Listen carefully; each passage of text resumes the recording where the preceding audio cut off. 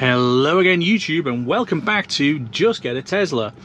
It's been snowing and I need to do a trip, so let's see what the Tesla Model Y long range on stock summer tyres is like navigating our way around when it's a wee bit slippy.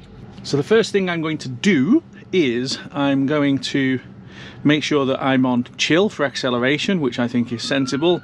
I'm going to make sure that I'm on standard for steering mode, because that's what I'm used to. I'm on creep for stopping mode, which is what I'm usually on. And what I'm going to do is hit slip start, and what that will do is turn off traction control. I've got to go up my driveway, which is uphill, and there is a reasonable amount of snow on it, and well, let's see what it's like. I'm going to open the window as well, just so that I can hear. And for the time being, I'm going to turn the air conditioning off. Let's go.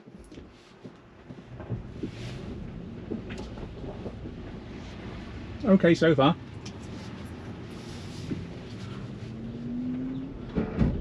Slipping, slipping, still slipping.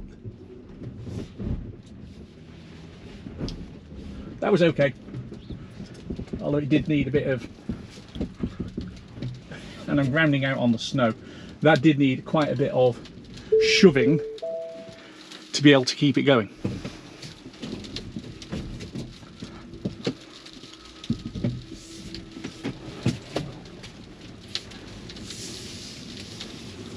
We're going to take it reasonably steady, although to be honest the road looks okay now.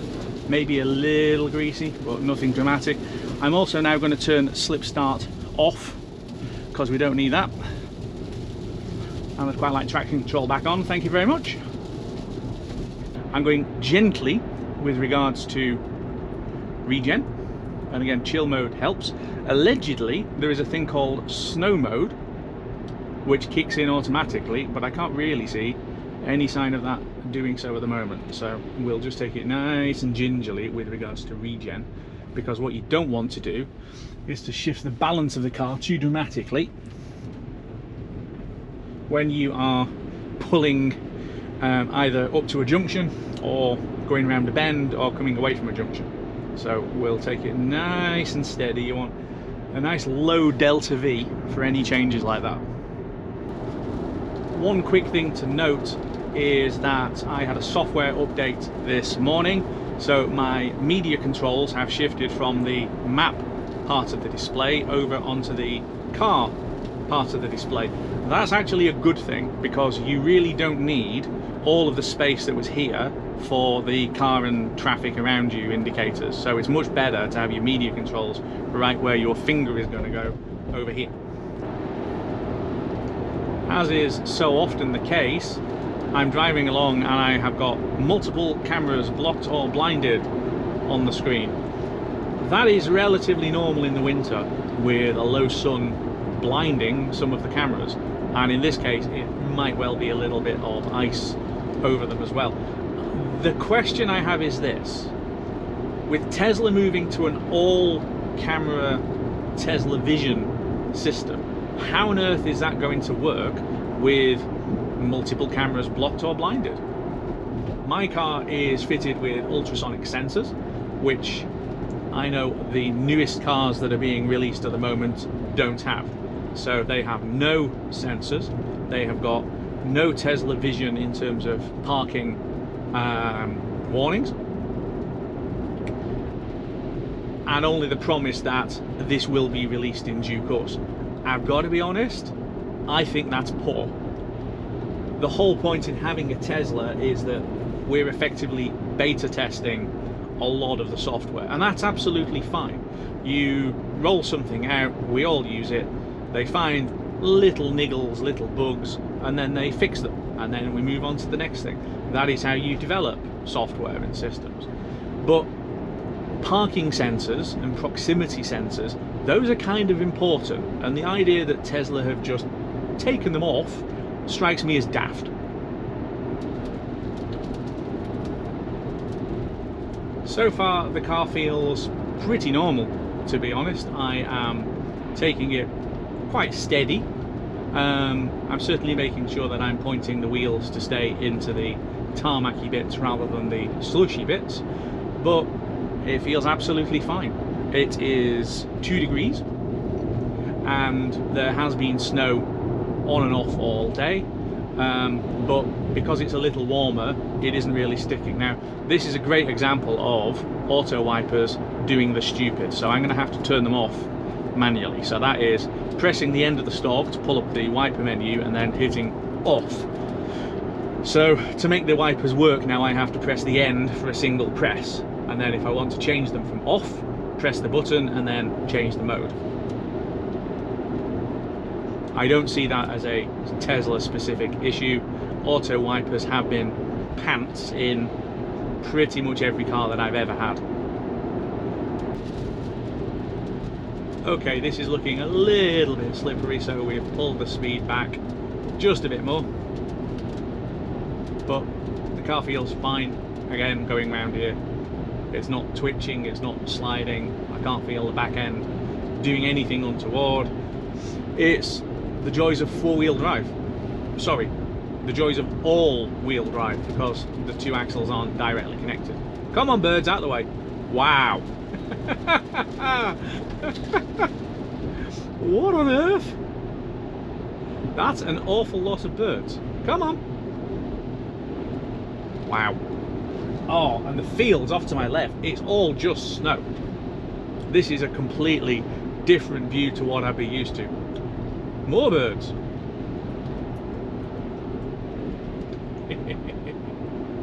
Come on, birds, out of the way.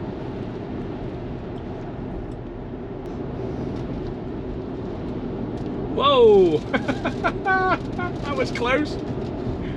Come on, little birds, out of the way. Wowzers. More birds. Out of the way, birds. Oh, it looks really slushy on the way back. Okay, we shall note that. And yet more birds.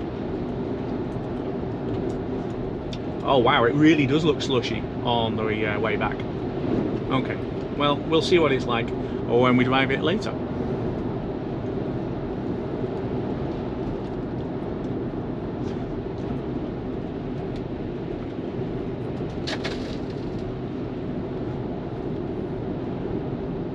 I really have never seen anything like it with all of these birds. With all of these birds on the roads. Oh good, it's a snowplow. And this, everybody, is what my council tax pays for.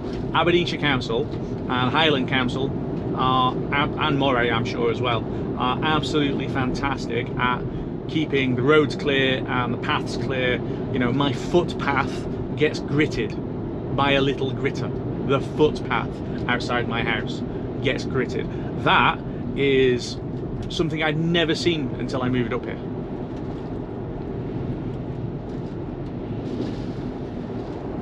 So hopefully the plough will mean that it's an easier trip back. We'll find out.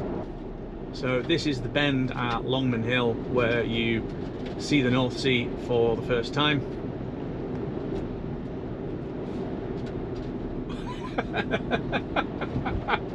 Another crazy seagull. This is great.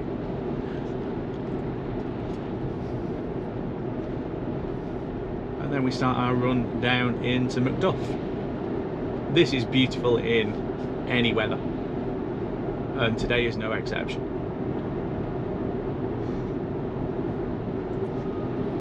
The weather has cleared just enough to give a decent view forward past the towns of Macduff and Banff and onto the hills beyond.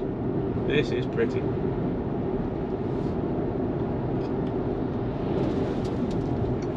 I've got a much longer drive to do tomorrow down to Teesside, which will also be on a video. I can't wait to see how spectacular that's going to look. Rolling down towards the start of the 30 limit through Macduff. Again, I'm just rolling off the power and balancing the regen, keep the car nicely balanced, and you know, let's not upset the balance too much. Although it's 2 degrees and the road looks okay, you never know.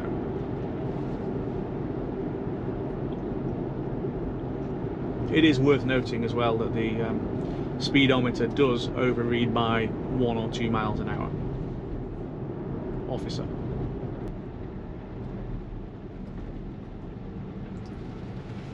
Happily the roads here are pretty clear now. Again, it's 3 degrees, so snow's gone. Almost all of the ice has melted, there might be a little bit left. And there's the sea absolutely hammering in. Wow. That's a lot of spray.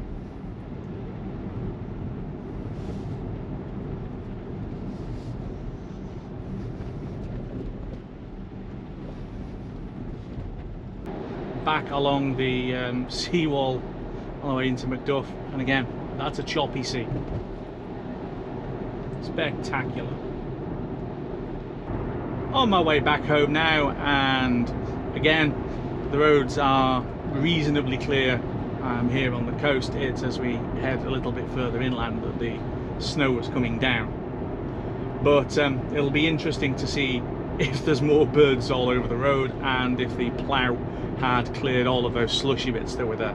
One interesting thing that we should probably have a look at is efficiency. So if I go on to trips so okay, that's since we set off a minute ago, but 641 watt hours per mile. Let's ignore that because that's ridiculous. Since the last charge, and all I've really done is a few local trips plus the 15 miles here, a lot of it actually on roads like this and a little bit in town, and my average is 360 watt hours per mile. That is higher than my usual efficiency, which is an average now of 285. It's burning more power in these kind of conditions, but it's not burning dramatically more power. You're not going to see the range collapse versus what you would expect if you were driving it when it was a little bit warmer, so that is reassuring.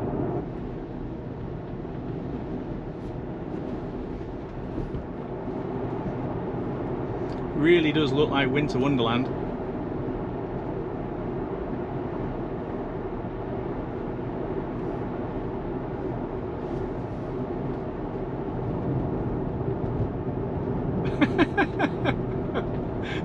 Crazy seagull, out of the way.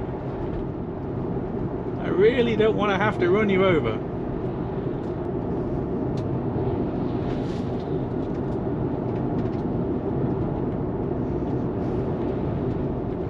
It's a little bit slushy in places, but nothing that feels like it's a problem, to be completely honest. The car feels well planted on the road as it usually does, and it doesn't really feel any different. The temperature has dropped a little bit, it's now 1 degree.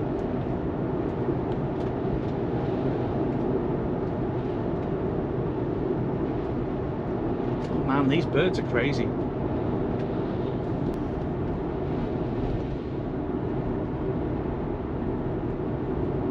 This hill is quite obviously a little bit skatier than some other parts of the route, but again, I don't feel like I've got any particular issues.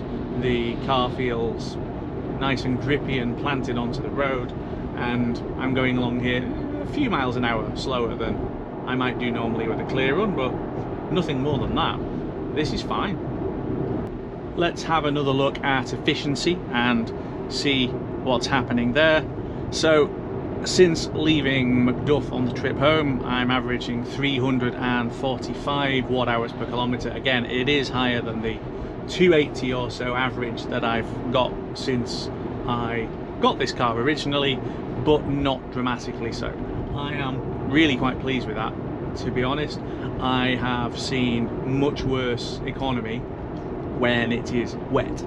So temperature has an impact, but I think that rolling resistance has more of an impact. So if you're driving along roads that are saturated, lots of spray, big patches of water, that slows you down more, which means you burn more energy than when it's cold. It's going up here fine. It's going up here absolutely fine. It's just walking up, and I've got to turn into this very fresh snow, because then it's a shunt back down my driveway, and it was absolutely fine. It did slip slightly going up the drive. Let's see what it's like going back down it again.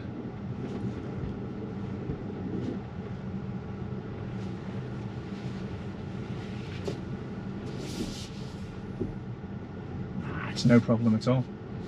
I'm literally just rolling it back down my own ruts anyway, and then we'll pull it into the charger bay. Again, this is very fresh snow. Again, no slipping, no concern. It just drives in. And that's it.